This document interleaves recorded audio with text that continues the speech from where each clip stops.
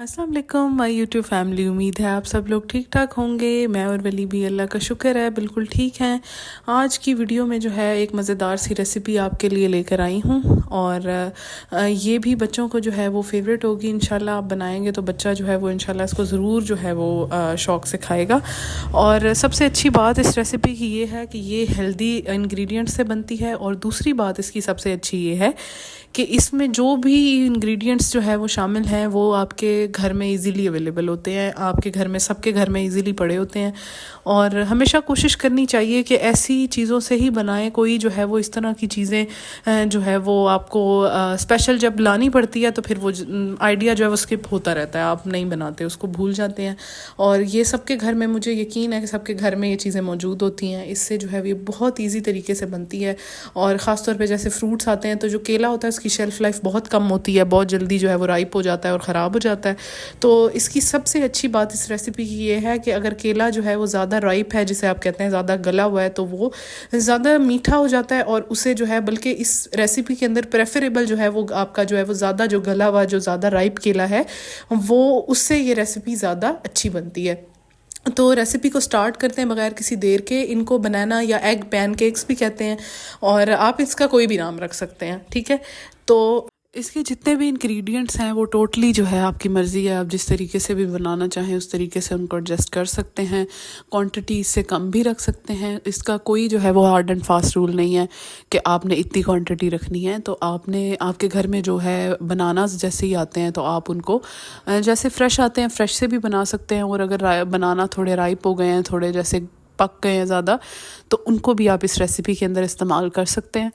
आपको 1 से 2 बनानास चाहिए होंगे और मैं इसके अंदर थोड़ी सी सूजी का इस्तेमाल कर रही हूँ और साथ इसके अंदर जो है वो मैं जो गंदम का आटा होता है वो उसका इस्तेमाल कर रही हूँ। आप चाहें तो सूजी को भी स्किप कर सकते हैं, आप चाहें तो इसके अंदर मैदा भी ऐड कर सकते हैं। लेकिन क्योंकि हम इतने बच्चों के लिए बना रहे हैं तो जितना ज़्यादा ऑर्गेनिक और जितनी ज़्यादा जो है वो चीज़ हेल्दी हो उतना ज़्यादा अच्छा होता है।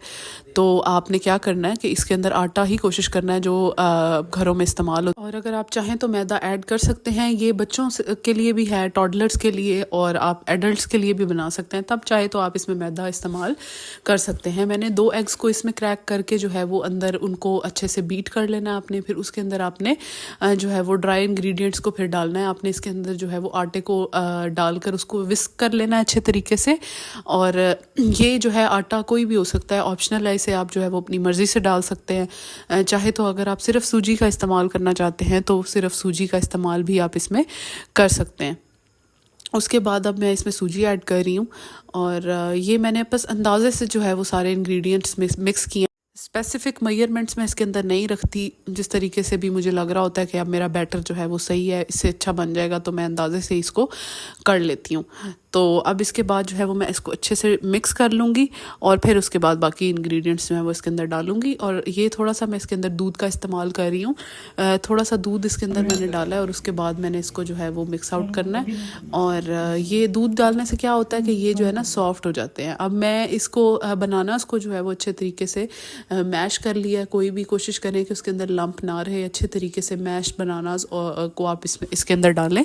और बनानास जो है वो राइप होने चाहिए।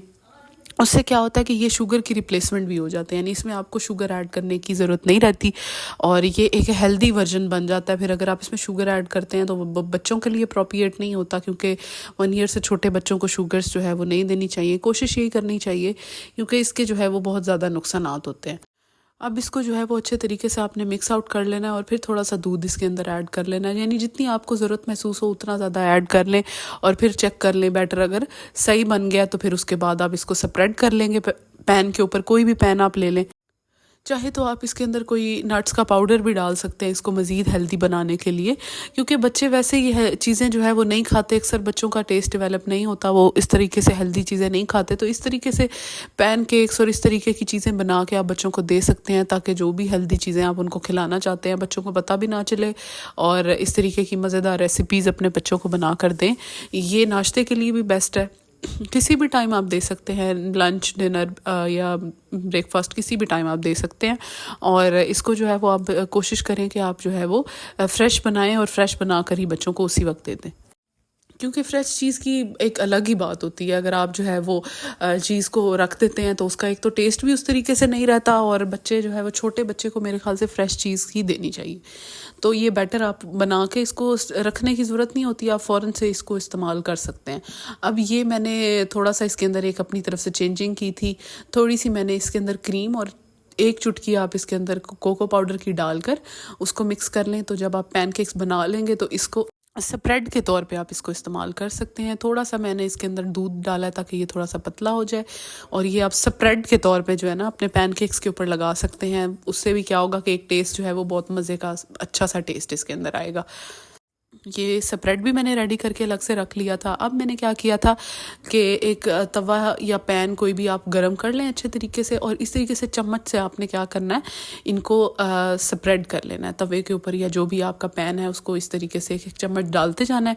क्योंकि मैंने तो अपने बेबी को देना है, अगर आपने एडल्ट्स के लिए बनाना है तो आप इसको थोड़ा सा ज़्यादा भी बड़े चम्मच के साथ डाल के भी आप इसको स्प्रेड कर सकते हैं। आँच आपने इसमें मीडियम से लो रखनी है ताकि जो है वो नीचे से जल ना जाए, क्योंकि ये जो है वो इनका ख़तरा होता है कि ज़्यादा जल ना जाए। तो अगर कोई चीज़ जली जली हो तो उसका फिर टेस्ट जो है वो मज़े का नहीं लगता। अब क्या एक साइड अगर थोड़ी सी आपको लगे कि आप थोड़ी कुक हो गई है तो आपने इस तरीके से साइड को पलट कर चेक कर लेना है, और आँच जो है वो मीडियम से लो रख के आपने ये सारा प्रोसेस करना है, और आहिस्ता आहिस्ता आँच पे आपने इसको पकाना है। उससे क्या होगा कि ये जो है वो अंदर से इसका जो कच्चापन है वो ख़त्म हो जाएगा, कच्चा नहीं रहेगा, तो उसका टेस्ट जो है वो फिर अच्छा लगेगा, बच्चे को खाने में भी आसानी होगी।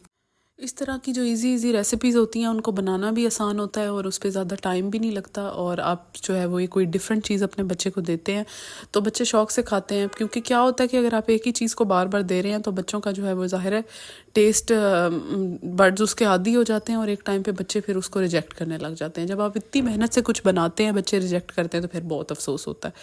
ये जो फिर मैंने स्प्रेड बनाई थी क्रीम से, आप इसके अंदर चाहे तो कोई भी हलीब क्रीम या कोई भी क्रीम इसको जो है वो आप यूज़ कर सकते हैं, चाहे तो सिंपल बालाई भी आप दूध से उतार के उसके अंदर भी इस तरीके से, चाहे तो सिंपल बालाई इसके ऊपर लगा सकते हैं। कोको पाउडर अगर घर में अवेलेबल नहीं है तो आप ना डालें, मतलब ये कोई ज़रूरी नहीं है, ये बस एक एडिशनल स्टेप मैंने किया था कि चलो थोड़ा इससे जो है वो और सॉफ्ट हो जाएंगे।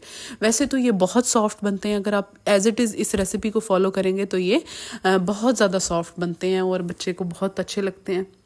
मेरे बेटे को भी जो है वो ये बहुत पसंद है, और अब मैं कोशिश करती हूँ कि अक्सर मैं उसको खुद ही खिलाती हूँ हाथ से, लेकिन मैं ट्राई करती हूँ जो इस तरह की चीज़ें हों जो वो हाथ में पकड़ के इजीली खा लेता है तो उसको खुद ही डायरेक्ट दे दूँ ताकि वो खुद खा ले और उसको भी आदत हो। ये चीज़ ज़रूर करनी चाहिए। आई नो इससे मेस क्रिएट होता है, और ये तो क्योंकि इस तरह की चीज़ है कि ये वो आराम से बैठ के खा सकता है, लेकिन अगर कोई इस तरह की रनी कंसिस्टेंसी वाली चीज़ है, ये भी अब आपको नज़र आ रहा होगा, मेस क्रिएट होने वाला है।